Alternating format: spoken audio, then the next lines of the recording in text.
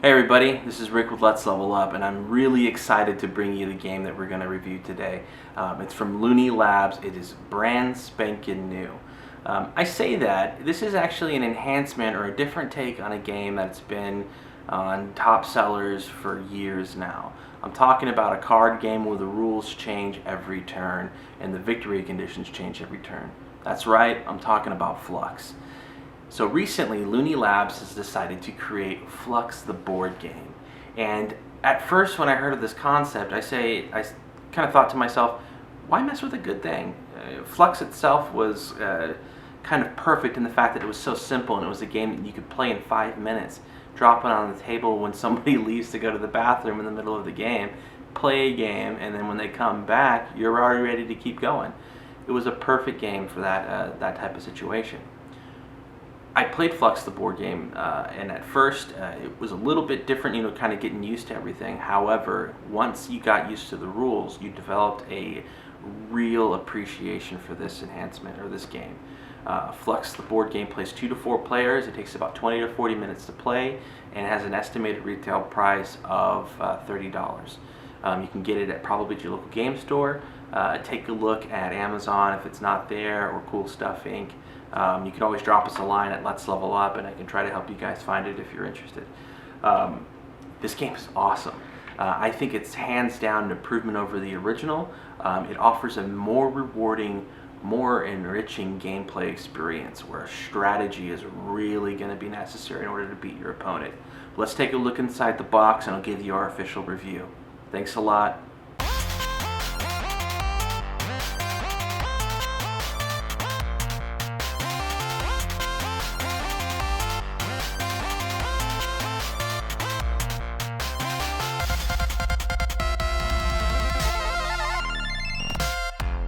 So like I said before, Fluxx the board game is essentially an enhancement or a reimagining of Fluxx the card game. I imagine, and I really can't wait for this to happen actually, that this is going to be the first in a long line of Fluxx the board game themes. Hopefully soon we see Cthulhu. Looney Labs, if you see this, come on, Cthulhu. Let's just do it. This game plays 2 to 4 players. It takes 15 to 30 minutes. I think really when you're going to start, it's going to be around 20 to 40, but you may be just splitting hairs there when we talk about 5 to 10 minutes difference. It still plays fast.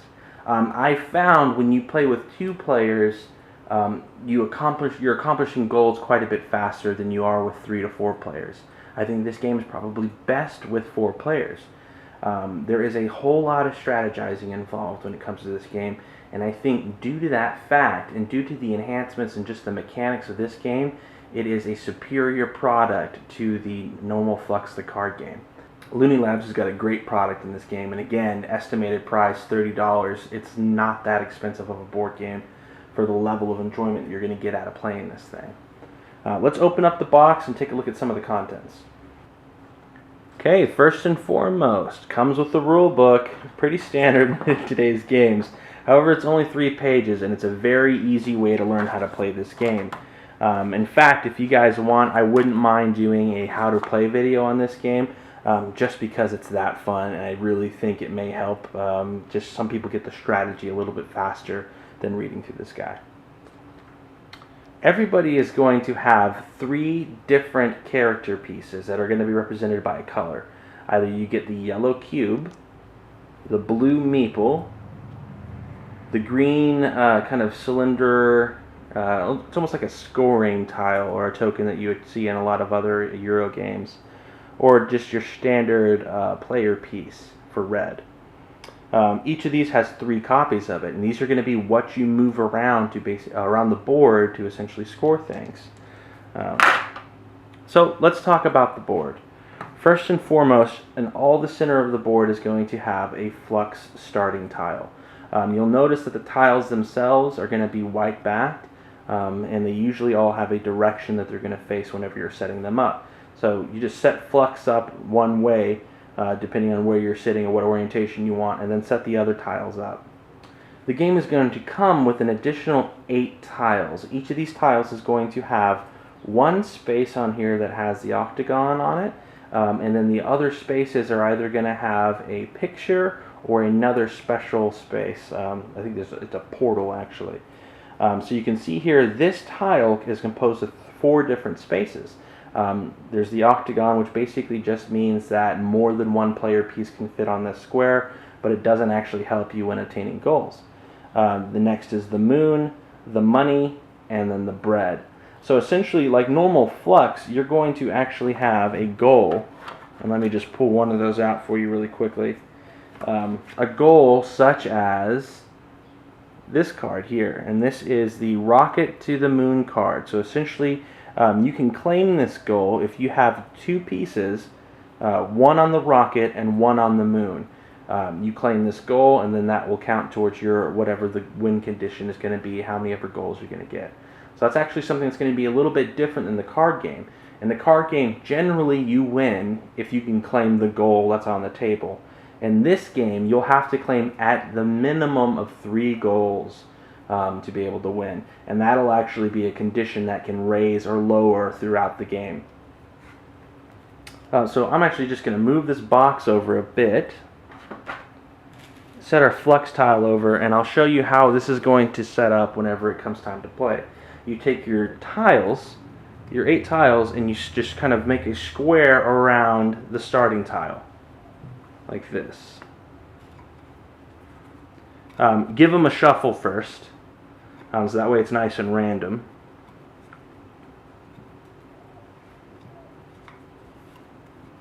There we go. So essentially I'll have my pieces starting out on the start space.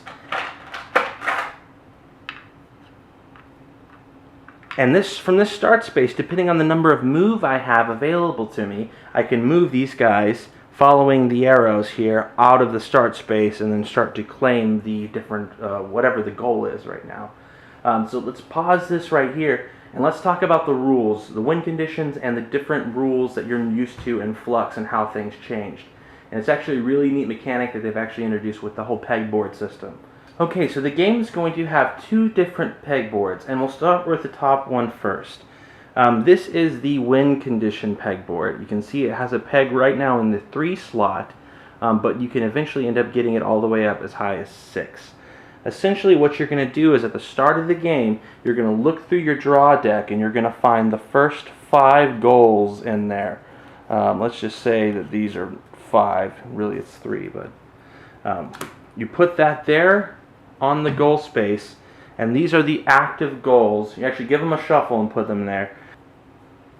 So you can see with this being the active goal, I'm going to need to have 1 piece, and I already do here on the chocolate tile, but also 1 on the cookie spot before I can claim that goal. Remember, whatever the number of the peg is the number of goals that you have to complete in order to secure victory. So again, different than normal Fluxx the card game where you can only score 1 goal and win. You have to be able to score goals, and in fact multiple goals, in order to really claim victory. The next pegboard, and this is actually something I have a minor gripe about. I really like the pegboard mechanic. I think it's neat, but you can see here this bottom peg is really loose, and it just falls right out all the time. I say that, now it's not, but the other ones I can't move around, but when I just touch this one it bends and moves. So that's maybe just a manufacturing defect or a one-off problem, but I was a little bummed when I saw that. However, it's not big enough, and you guys may know me by now, but I really tend to harp on these cosmetic things. It's not a big enough issue to detract from the fun of the game. Especially with my felt table. The felt table really helps kind of keep things in play. I played it on just a normal fold-out plastic table the other day, and it did pop out a few times, but anyway, so this pegboard here is going to have all of the different rules in the game outside of the goal rule. And what we mean by goal rule, I'm talking about the pink pegboard that has the win condition on there. So essentially you have your different actions that you can do / play in every game, and this are the different rules that are going to accompany those. So for instance, right now the draw limit is at 1. You can end up raising it all the way to 4, either through new rules or through the free rule you get at the beginning of the game. Play is at 1, you can go to 4. Move is at 2, you can end up going to 5, and the hand limit starts out at no limit, and you can actually get it down so there's a 1-card hand limit. There are some special movement that has to do with the tile mechanics, and I will actually get a little closer look at this. Okay, so if you look on the right side of this board, you're going to see 3 different sections: rotate, uproot, and wrap around. And this has to do with the way your pieces can move on a tile, or actually physically manipulating the tiles themselves to move them around the board. When I truly realized how good this game is, I actually did an uproot movement to move my piece along with the tile that I was on next to the next goal to win the game. It was one of those things nobody else really saw on the table at the time, and I just took it, and it was such a rewarding feeling, and one that I've honestly never really felt playing Fluxx before. So it was very welcomed in that aspect. So rotate a tile allows you to rotate one of the game tiles either 90, 180, or 270 degrees.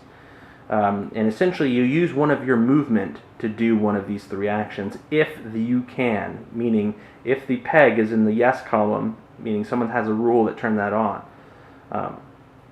Uproot actually allows you to take a tile and physically move it so that it borders an adjacent edge. And we'll go over this in a little bit more detail here in a second. Finally, wrap around allows you to move your piece from one end of the board and then move it on the other opposite end of the board. You can also jump land gaps or tile gaps if there is one with wrap around on, which is very cool. Okay, so let's really quickly talk about some of these special moves. Now, special moves again are the 3 sections here on the yellow movement, or sorry, the yellow rule block, the 3 on the left, or sorry, the 3 on the right. One is rotate, one is uproot, and one is wrap around. So we'll talk about each one of those separately. Each of these is 1 move action, and you have as many move actions as you have currently allowed based on where the peg position is on move on the rule pegboard. So let's talk about rotate. I could rotate any tile here for 1 move, and I can do that, and I can rotate it up to 270 degrees with that move. So for instance, if I had 2 move available and I really needed to get to this balloons here, if rotate was on, I can actually take this tile, rotate it 90 degrees, and then use my other movement to move on to that tile and claim whatever goal that would be. Now again, I can move that up to 270 degrees, so if it was the milk I was wanting to get after, I can move that. I could also use the movement if I know a player, an enemy, or whoever is going to be next is trying to go for that goal. So you can use that kind of, you could use that a little bit, I wouldn't call it munchkinish, but you can use it in a way to prohibit your team or your opponents from getting the goals. The next special move we're going to talk about is going to be actually uproot. And again, uproot is a special movement, and it allows me to take any tile. Again, any tile. I don't have to have a piece on there. I could have player pieces on there. I would essentially take it and keep the same orientation because we're not rotating in this step, and move it to another space that has that's available on the board. So you can see I kind of moved it to the top of the game board. Vice versa. Let me just go out a bit so you can see the whole thing. Vice versa, I could then use another movement and use another uproot to make another piece go. So it's a way again to kind of modify literally the game board as we're playing. It is one of my favorite mechanics in this game so far. I think it's one that's really going to have a lot of fun and introduce plenty of room for strategy. The other special move is going to be wraparound. When this is on, I can actually take my movement and move from this space off the board and then go to the adjacent side wherever that is. So from the octagon here all the way to I in 1 move. Alternatively, I can actually, when uproot creates a land tile here, your players can't cross that. You also can't move diagonal anytime in the game. So I can use wraparound to essentially take this spot and go all the way over to this spot there for 1 movement. Really powerful movement ability turned on. Again, all of these special movements are off by default. You have to enact them either in your free rule or hope that a yellow rule card comes into play that allows you to turn them on. Very powerful, very, very, very fun mechanics. I really can't get enough of it. So let's talk about one of the other big components of the game, and that's bumping. Bumping occurs when I move a piece into a square that already has somebody else's token on there. For instance, I'm going to move my blue piece to the right to claim the heart where the yellow or the green piece is now. When I do that, I bump this piece out, and I can actually pick what direction it goes. So you can see the legal placements for this are either going to be here or here to the portal. Portals are a special spot on the game. When you enter a portal, you instantly come out on the other side, wherever that is.